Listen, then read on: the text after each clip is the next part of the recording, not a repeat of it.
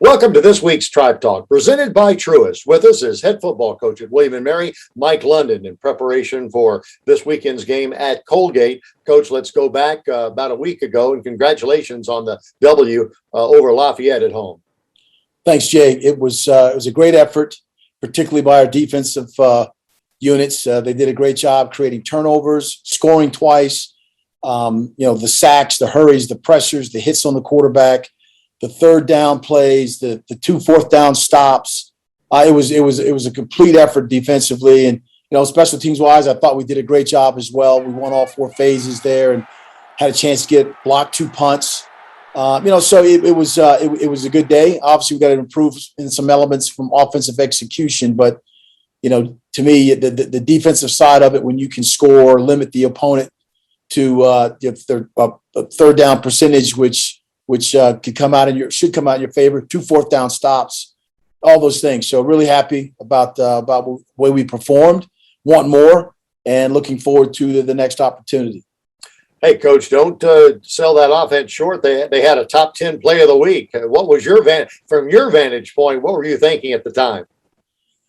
I didn't even know. I just thought the ball was off the fingertips of Magoo, and the next thing I know, Cole Blackman, who hustles like that all the time, play away, play to, comes up with the ball. So it's just, you just never know. The play's never over till it's over. And that epitomized just having great effort. And so, and plus it ended up in a touchdown for us, which we needed. And, very, very a good play, great play. Hey, and Cole was the quarterback club offensive player of the week because he was in the right place at the right time. No, that's it. Cole I've known Cole for a while now, for a long time. And he's always been a high effort guy, a reliable guy. And it was just great to see that, that outstanding effort, even though the ball wasn't thrown to him, he was going to go block for Magoo downfield. It just ended up that, the ball, bounced off, and bounced into his hands. And so that was, it was a great opportunity for him. Coach, I think I know that defensive line has a pretty special place in your coaching regimen. You've got to be very pleased putting words in your mouth with the 3 guys that start and the 2 or 3 guys that back up right now for William & Mary, strong all the way around. No, Jay, they are, our captain, Carl Fowler, Will Kiely, Nate Lynn, Taekwon Bassett. Then you got some young guys that play right behind them, Mike Malone, Thomas Creed, Sammy Sorrentes. They're guys that have gone in the game and played, and so it provides got some depth there, and also some playmaking ability. So they've done a good job. Continue to keep doing that, and we're going to need them to keep being a dominant force, for us. Every element has to contribute to a win for us, but the D line is something that's been thus far. It's been pretty good for us. The offense in the first 2 weeks have struggled. I think you've certainly said that. You've made no bones about it. Need to improve. Let me ask you in a different angle, though. What have you seen on a positive sense of that of your offense that gives you great hope for the future? We had gotten explosive plays. Plays that were first down plus, and then just based on a technique error. A guy. If you're engaged with a defender. And then once our runner gets beyond you, then that block, let go of a guy, or that block doesn't become as consequential as it does at the beginning. And so learning those things about the splits of your alignments in order to cut down some of the penetration charges by the defense. So, looking at the 40-second clock, making sure that we utilize the snap prior to having to use a timeout. Those are things that you can control, we can control. And if you execute those things that are going to allow you to be efficient while you're playing, then let the skill level of the players take over. So that there's a lot of that needs to be that can get corrected in order to be very much more productive. Speaking of the skill level, Hollis Mathis, very skilled athlete, very skilled quarterback. Can you let us know what you thought of his performance, and are we seeing maybe a little bit of some rustiness from Hollis at this stage? I would say, a little bit of all that. I mean, obviously, he's a high level guy that wants to perform well, that wants to compete. And sometimes you get in that position where you start to rush things just a little bit. His first game since, 6 months since having to deal with his shoulder issue. He's probably some throws that he wants back. He can get back. He can throw better. And, for him, it's been just continue to get better and move to the level of where he's been used to competing. And we all know, because we've seen it, that when he's at a high level competing, then our team can be pretty good. And so the goal is for him to keep moving in that direction as we move forward game by game. Speaking of game by game, it's Colgate this weekend, 1:00 kick in Hamilton, New York. Tell us a little bit about the Red Raiders. I know a new coach, more of a defensive-minded coach. What are their strengths? A lot of misdirections, jet sweeps, things to kind of get your eyes moving in another direction, and then them running the ball. They've also been productive in throwing the ball down the field as well. So we got our work cut out for us. Defensively, they run after their front seven has been pretty good as well. So, again, it goes back to us being able to commute to do what we need to do to be efficient, to execute those things that we know that we can, and be effective, and get after teams when you're playing, be competitive. That's what's key. Thanks for joining us. All right, thanks, Jay. Everything you know about Colonial Heritage is true. A beautiful golf course with exquisite dining and superb event space. But this is also true. You don't have to live there to play, dine, or celebrate there. So let Colonial Heritage be your host for a round, a meal, or a gathering. It's all true. You don't have to live there to enjoy being there. At Colonial Heritage, golf memberships are available. ColonialHeritageClub.com.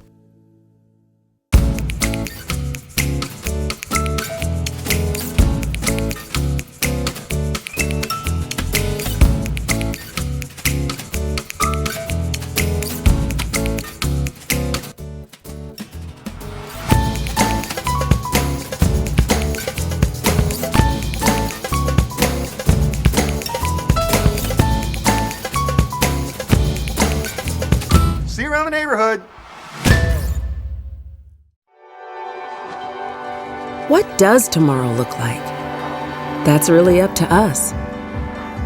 By exploring what's ahead and learning from where we've been, we find ways to care and teach ourselves and others how to heal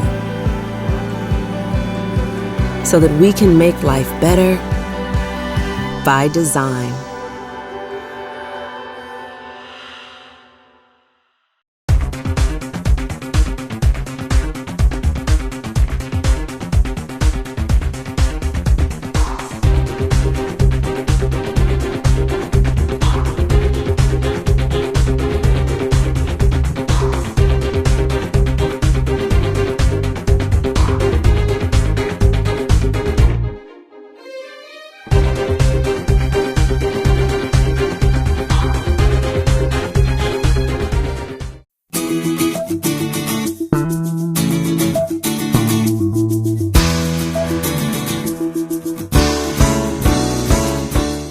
Welcome back to Tribe Talk, presented by Truist. It is our pleasure to have with us an outstanding athlete at William & Mary, Amy Schwinn, who was on the volleyball team. And Amy, first of all, thanks for joining us today, and congratulations to your team's wonderful start. Yeah, thank you so much for having me. I'm really excited to be here. Amy, you were a quote-unquote good get when Coach Doyle was recruiting you, and I know he's happy to have you here on campus. Tell us about that process and why William & Mary. Sure. Recruiting was definitely a very long process. It was exciting. It was stressful. It was so many different things, all trying to be figured out by a young high schooler. Mine started in middle school. So definitely a lot of things to consider. And when I came to William & Mary for the first time, what I like to say is that it just checked all of the boxes for me. Something that I knew from the get-go was that I did not want to sacrifice athletics or academics. I wanted to be a part of an incredibly competitive program while also making sure that my education was staying as a priority in my life. So William and Mary checked both of those boxes for me. And one of the major selling points here was the staff. I think I was told a lot growing up that you can't pick a school because of the staff. And in some sense of the word, that's true. But at the same time, when you are working with people every single day and you're trusting them, I'm 13 hours from home right now, and they are my family, and they embody every sense of the word when I say that.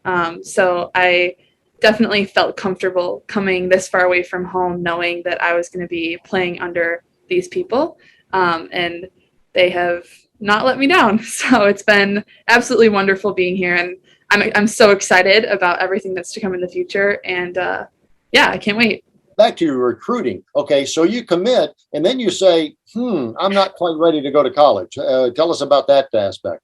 Yeah, that was a very stressful time of my life. I will be the first to say. I was all in on William and Mary from the moment I committed, and I had a countdown on my dresser the minute that I made that official. And deciding to reclass a year was incredibly difficult for me, just from an emotional standpoint, and just I wanted to be here so bad. But when COVID hit and we weren't sure what our season was going to look like and if we were going to have a season at all, that was the first thing that we considered was, I want to play 4 years of college volleyball at least. And am I going to get a season this year? And on top of that, my intended career path was a physician assistant. And in order to be a physician assistant and to go to PA school, you need a lot of hours working as a nurse assistant. So a lot of people take gap years anyways when they're going to PA school. Most of them just do it after their undergrad is over. Because of COVID, I thought that could be a good opportunity to just do it then. And hopefully, at the time, I didn't know what our season would look like this year, but hopefully get to a point where I would have 4 full true seasons here and have those hours of experience under my belt. So I presented it to Coach Tim just as kind of a, hey, what do you think about this? Not really expecting much of it. And through the days that followed, I talked about it with my family and with the coaches here, and it just ended up being the path that maybe not emotionally, but logically had a lot of advantages to it. So it was definitely an incredibly hard decision to make because I was so excited to be here. But looking back on it, I'm happy that I did it, and I learned a lot through that year. And it was a good experience. But I'm definitely happy to be here now. Sounds like, Amy Schwem, you are wise beyond your years. But you volunteered at a hospital. First of all, thank you for your service. And what was that like? So I got certified as a nurse assistant right after I graduated high school. That was something that I wanted to do regardless. I was still under the impression that I was coming here on time, but I wanted to have that certification for when the time came. I had no idea that the time would come that soon. So all of the work that I did in the hospital came with that certification process. And stepping into a hospital setting as an 18-year-old during a pandemic was scary and fascinating, and it was so many different things. And I'm really grateful for that experience. It was definitely something that most don't get to. And it taught me a lot about how to deal with stress and how to deal with pressure and how to perform under those conditions in a different setting than on a volleyball court, because obviously I have faced that in a sports environment before, but never to the point where I'm dealing with sick patients, all whilst we're worrying about a pandemic. So after my time in the hospital, I actually got a job as a nurse assistant at my high school. So I was working at the place I just graduated at, which was an amazing experience as well. I was working with people who I had so much respect for and genuinely cared about. So that was also just a great experience of stepping into the workforce fresh out of high school. So I had a lot of different opportunities, all very unique in themselves, but all of them taught me something different. And I took a lot from it. So. Well, that wonderful experience obviously will pay dividends on the volleyball court. Kaplan Arena is your home, and we appreciate your efforts and your volunteerism as well. Wonderful asset to William Mary Athletics and obviously the Tim Doyle volleyball team as well. Thank you very much for taking some time, Amy Schwem, and continued success this year. Thank you. Thank you so much for having me. It was an honor to be here today. If these times have taught us anything, it's that anything is possible, especially at our public schools. Overcoming great adversity, we salute our teachers and students who brought their A game every day. Whatever tomorrow brings, our commitment to public schools is stronger than ever, a win for education. The Virginia Lottery, $11 billion to Virginia's public schools since 1999.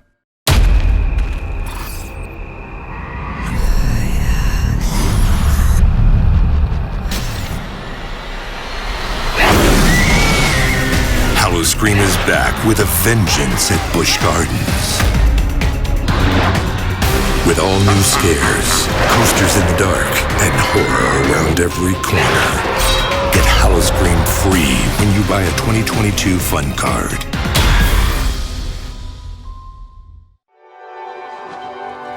What does tomorrow look like? That's really up to us. By exploring what's ahead and learning from where we've been, we find ways to care and teach ourselves and others how to heal so that we can make life better by design. Do you believe that higher education plays a critical role in our economy? Do you believe Virginia should be the top state in the country for talent? That Virginia should be the home for innovators and entrepreneurs? That our colleges, universities, and community colleges should prepare Virginians for great jobs and great lives? That we should provide affordable access for all? We are the Growth for Virginia campaign. Visit growthforva.com to join our coalition.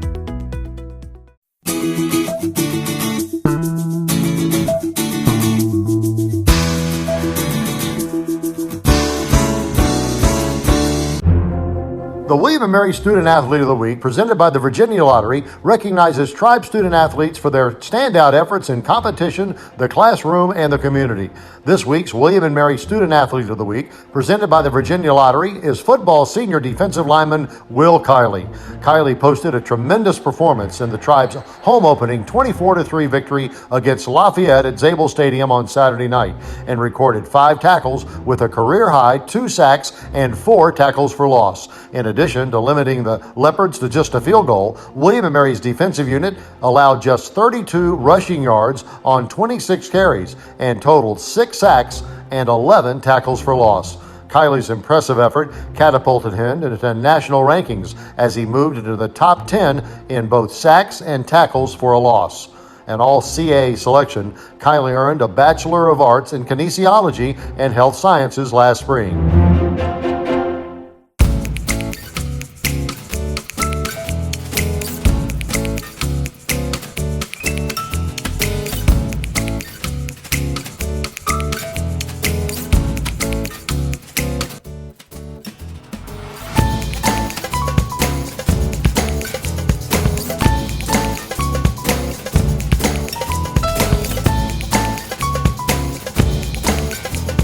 See you around the neighborhood.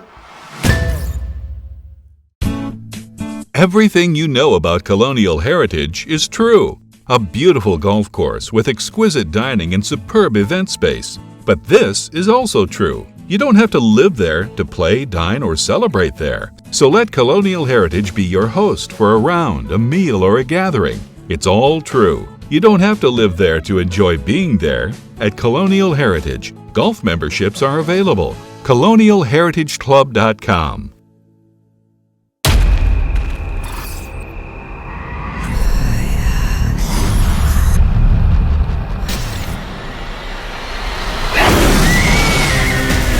Cream is back with a vengeance at Busch Gardens.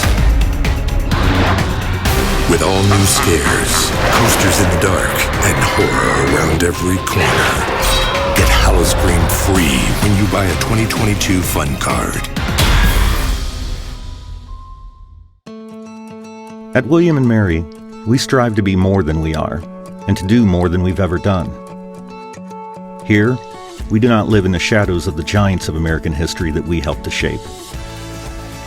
We stand on their shoulders, reaching higher, looking further, and leading the way forward. To be a place where history happens every day, and to be a university for the bold.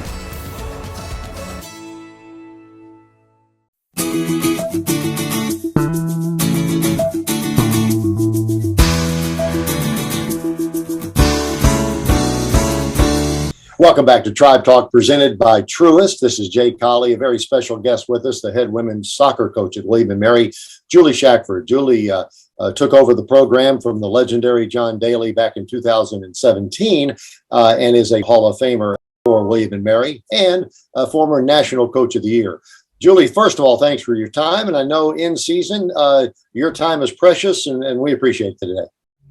Oh, very excited to be here to share stories about our team and our program. So thanks for the invite.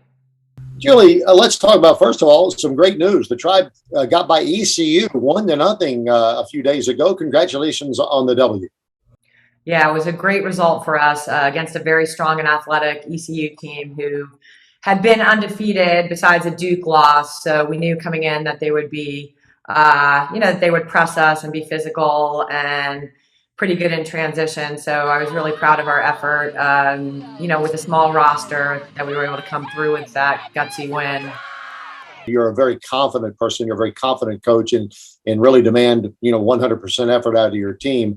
Is that the kind of win that you think will help down the road as you get into conference play with that confidence level? Sure. I mean, I think, in terms of, taking over for that first season, fall of 2018, to this point, we've had a few pivotal moments that I think have kind of inched our program in the direction that I'd like it to go. But I think, yes, for sure, that victory, showed a lot of resolve and will give these kids confidence, especially a roster made up of 18 freshmen and sophomores, to the two classes that Marcia and our staff and we've recruited here. So yes, I think it is a great kind of jumping off point to what comes next, and I'm very excited about it. Coach, you and I talked before the interview, and you wanted to comment on all your assistant coaches who I know are an integral part of this program. Yes, I mean, I think it's a really unique situation, first of all, that we've got almost an all-female staff. Marcia, Grace Barnard, Kelly Ernst, our director of ops, and probably even more unique is that all of us played for John Daly, who's now back on the staff with us and having a blast. And it's just so great to have his passion and energy around us. And I've said this a couple of times because it has been pretty disjointed, from when I started till now with COVID and so many other little obstacles that, to sit around, before we came back with COVID and everything, I can't imagine not doing it with these people who are not only great coaches, but great friends and allies and supporters. I think our fans would be interested to see your philosophy, not only taking this program forward, what your goals are, but maybe in the recruitment of athletes. I'm assuming it always starts there. It absolutely does. And I think, one of the things we talk about a lot is mindset, mentality, grit.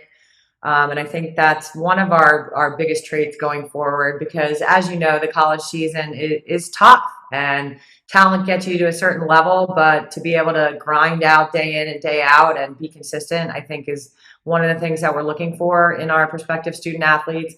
Obviously talented and athletic and being able, to read the game and have a good IQ. But I think, that mindset piece is really an integral part of our recruiting for sure. Martin Family Stadium at Albert Daly Field. a relatively new facility. I know that's a good recruiting tool, isn't it? Absolutely. It is gorgeous. The surface is, 1 in a million. And we're going to couple that with a new practice complex that's, being worked on as I talk to you guys. And one of our alums, Jen Tepper-Mackesy, who is a teammate, has helped fund that project. So things are looking really good from a facility perspective as well. So when you were recruiting one particular recruit named Kiely, your daughter, how did that go? And tell us, Kiely, by the way, just as an aside, scored the goal to beat the ECU. Yes. Well, first, let's backtrack. I did not recruit Kiely. So John Daly recruited Kiely in her sophomore year, a year and a half or so before I was asked to come back and coach. So we always say we want to get her a T-shirt that says JD recruited me.